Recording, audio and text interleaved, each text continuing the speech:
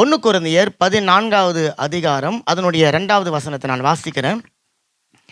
ஏனெனில் அந்நிய பாஷையில் பேசுகிறவன் ஆவியினால ரகசியங்களை பேசினாலும் அவன் பேசுகிறதை ஒருவனும் அறியாமல் இருக்கிறபடியினால அவன் மனுஷரிடத்தில் பேசாமல் தேவனிடத்தில் பேசுகிறான். 1 கொரிந்தியர் 14வது அதிகாரத்தில் அப்போஸ்தலர் பவுல் அந்த அந்நிய பாஷையை குறித்து வரங்களை குறித்தெல்லாம் வைராக்கியமாய் அவர் எழுதுகிறத பார்க்க முடியும்.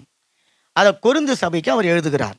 ஆமென். அந்நிய பாஷை, அதனுடைய வரம், தீர்க்க தரிசனம், வியாக்கணம் போன்ற காரியங்களை குறித்தெல்லாம் அவர் பேசுகிறார்.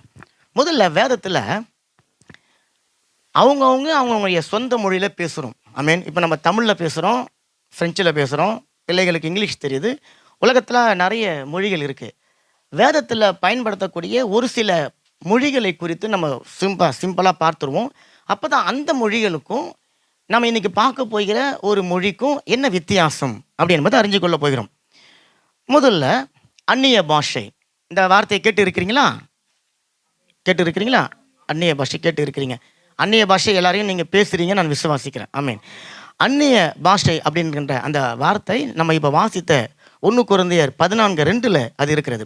அந்நிய பாஷை அப்படின்னு சொன்னால் யாருக்கும் இயல்பாக புரிந்து கொள்ள முடியாத ஒரு பாஷை அப்படின்னு சொன்னால் உங்களுக்கு ஒரு சந்தேகம். இப்போ நீங்கள் திடீர்னு ஜெர்மன் நாட்டுக்கு போயிட்டீங்கன்னா ஜெர்மன் மொழியில் பேசுகிறது எனக்கு புரியாது, அப்போ அது என்னுடைய அந்நிய பாஷையா அப்படின்னா கிடையாது. ஜெர்மனில் நீங்கள் ஒரு 6 மாதம் தங்கியிருந்தீங்கன்னா அந்த மொழியை நீங்கள் கண்டுபிடிச்சிடுவீங்க. அப்போ அது அந்நிய பாஷை இல்லை. அப்போ அந்நிய பாஷை என்பது முதல்ல யாராலையும் புரிந்து கொள்ள முடியாத ஒரு பாஷை. 2வது, அந்த பாஷையை தேவன் தான் நமக்குள்ளார வைக்கிறார். பரிசுத்த ஆவியானவர் தான் நமக்குள்ள வைக்கிறார். இது இயல்புக்கு புறம்பான ஒரு மொழி. மனுஷன் பயன்படுத்தக்கூடிய நடைமுறை மொழிகளில் சேராத ஒரு மொழி அந்நிய பாஷை என்று சொல்லி அழைக்கப்படுகிறது. இந்த மொழியை பேசும்படிக்கு வேதம் நம்மளை உற்சாகப்படுத்துகிறது, ஊக்கப்படுத்துகிறது. ஆகவே இது அந்நிய பாஷை. 2வது, வேதத்தில் பற்பல பாஷைகள் அப்படின்னு சொல்லி எழுதப்பட்டிருக்கிறத நீங்கள் பார்க்க முடியும். அப்போஸ்தலர் நடவடிக்கைகள் எடுக்க வேணாம், நான் வசனம் சொல்கிறேன், எழுதிக்கொள்ளுங்க. அப்போஸ்தலர் நடவடிக்கைகளில் 2ஆம் அதிகாரம் 4-8 வரைக்கும் நீங்கள் பார்த்தீங்கன்னா பரிசுத்த ஆவியானவர் தங்களுக்கு தந்தளின வரங்களின்படியே பற்பல பாஷைகளை பேசினார்கள் அப்படின்னு சொல்லி அங்கே வசனம் சொல்லப்பட்டிருக்குது. இந்த பற்பல பாஷைகள் அப்படின்னு சொல்லும் பொழுது இப்போ உதாரணத்துக்கு நான் இருக்கிறேன், என்னுடைய தாய்மொழி தமிழ்.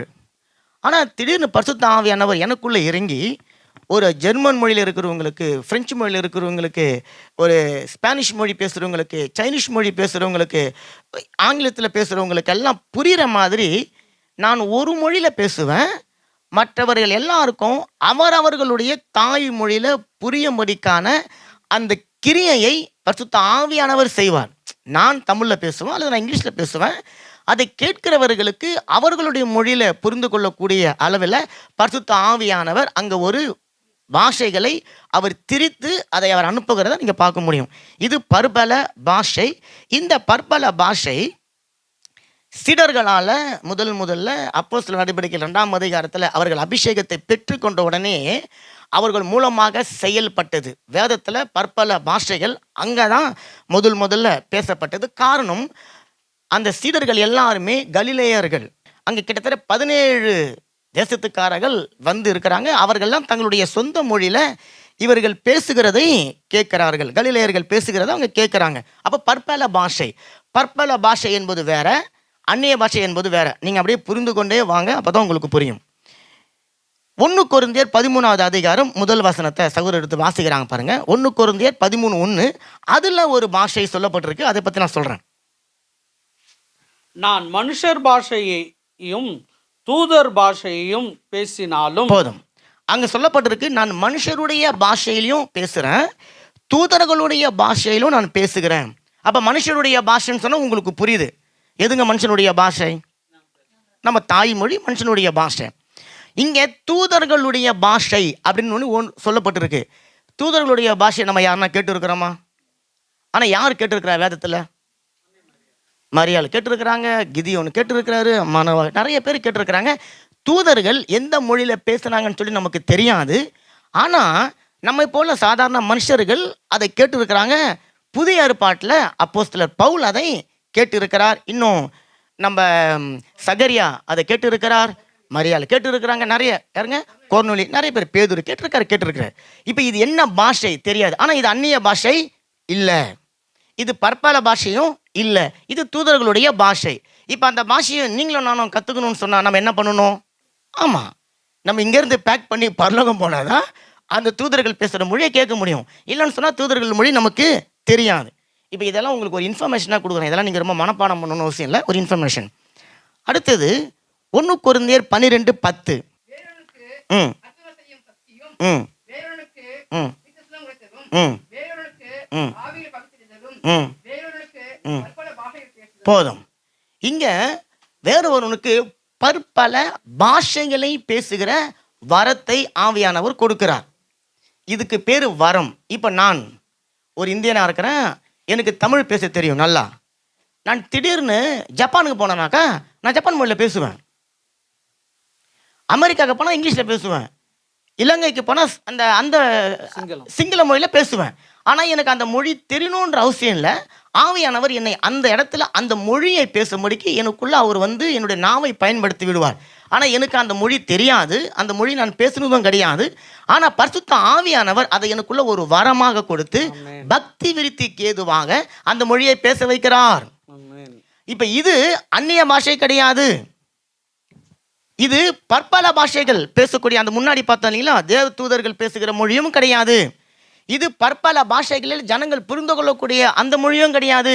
இது நான் தமிழ் தான் பேசுவேன், ஆனால் என்னை தேவன் சிங்களத்தில் பேச வைக்கிறார், எனக்கு தெரியாது அந்த மொழி. ஜப்பானில் அந்த மொழியில் பேச வைக்கிறார், சைனாவில் அந்த மொழியில் பேச வைக்கிறார். அப்போ இதுக்கெல்லாம் ஆதாரங்கள் நிறைய இருக்குது, வேதத்துலேயும் அதுக்கான ஆதாரங்கள் இருக்குது. அதை நம்ம ஒரு நாளைக்கு பார்ப்போம். இப்போ சிம்பிளாக இப்போ பாருங்கள், பிலிப்பு இருக்கிறார், அவருக்கு எந்த மொழி தெரியும்? அவருடைய எபிரேய மொழி தெரியும்.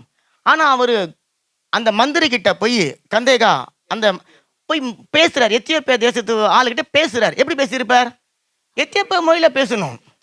ஏன்னா அவர் வாசிக்கும் போது எத்தியோப்பியா மொழியில் இருக்கிற வேதத்தினுடைய காரியங்களை வாசிச்சுன்னு வர்றார், அதுக்கு இவர் விளக்கம் கொடுத்தா அவனுடைய மொழியில் பேசணும். ஆனால் அந்த மொழி அவருக்கு தெரியுமா? தெரியாது.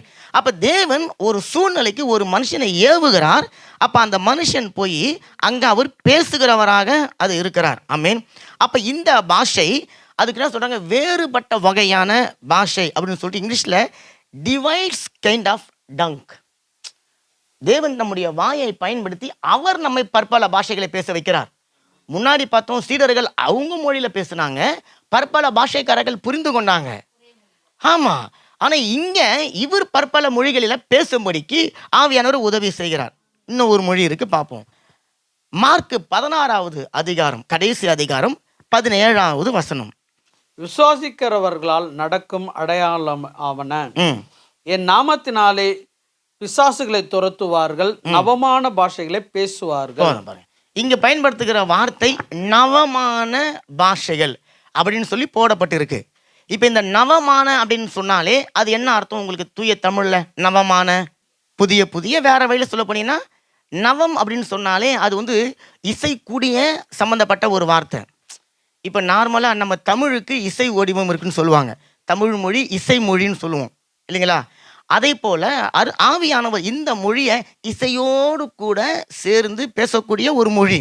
அது அந்நிய பாஷையாக இருக்கலாம், பற்பல பாஷையாக இருக்கலாம், அல்லது ஏதோ உங்கள் சொந்த மொழியாக இருக்கலாம், உங்களுக்கு புரியாத மொழியாக கூட இருக்கலாம், ஏதோ ஒரு மொழியாக இருக்கலாம். ஆனால் அது நவமாக இருக்கும், நல்லதாக இருக்கும், சபையினுடைய பக்தி விருத்திக்கு ஏதுவான ஒரு மொழியாக இருக்கும். அது பற்பல பாஷையாக இருக்கலாம். நல்லா இந்த வார்த்தைகளை புரிஞ்சுக்கணுங்க, ஏன்னா நம்ம டெய்லி படிக்கிறதுனால அர்த்தம் நமக்கு தெரிய மாட்டேங்குது. அந்த நவமான வார்த்தைன்னு சொல்லும்போது அங்கே என்ன சொல்கிறாங்களா, நியூ டங்க்னு போட்டிருக்கு. அப்படின்னா புதிய மொழி. நவம்னு சொன்னால் புதுசு, அது இசையோடு கூட சேர்ந்து வரக்கூடியது. ரெண்டாவது புதிய மொழி. இது இயற்கையாக ஒரு மனுஷன் கற்றுக்கொள்ளாத ஒரு மொழி. ஆனால் தேவனிடத்திலிருந்து அந்த மொழி வந்து சபையினுடைய பக்திக்கு ஏதுவாக ஜனங்களை நடத்தும். அது ஏன் அப்படி ஆண்டவர் செய்கிறார் காரணம் தெரியாது. அது பாஸ்டர் மட்டும் பயன்படுத்துவாரா? தெரியாது. புதுசாக ஒரு அன்றைக்கி தான் ஒருத்தவங்க வந்திருப்பாங்க, ஒரு ரட்சிக்க கூட பட்டிருக்க மாட்டாங்க, அவங்க வந்திருப்பாங்க, திடீர்னு தேவன் அவங்கள எடுத்து பயன்படுத்த ஏன்னு நமக்கு தெரியாது. அப்போ இது வேதத்தில் நவமான பாஷை அப்படின்னு சொல்லி சொல்லப்பட்டிருக்கு. சரி, இப்போ இது எல்லாம் பாஷைகள் பார்த்தோம். அப்போ 5 வகையான பாஷைகளை பார்த்து இருக்கிறோம். முதல் பாஷை அப்படின்னு சொன்னால் அந்நிய பாஷை. ரெண்டாவது பற்பல பாஷைகள். நான் ஒரு மொழியில் பேசுவேன், கூடி இருக்கிறவங்க அவர்களுடைய சொந்த மொழியில் புரிந்து கொள்ளக்கூடிய ஒரு அபிஷேகம். அடுத்தது தேவ தூதர் பேசுகிற ஒரு பாஷை.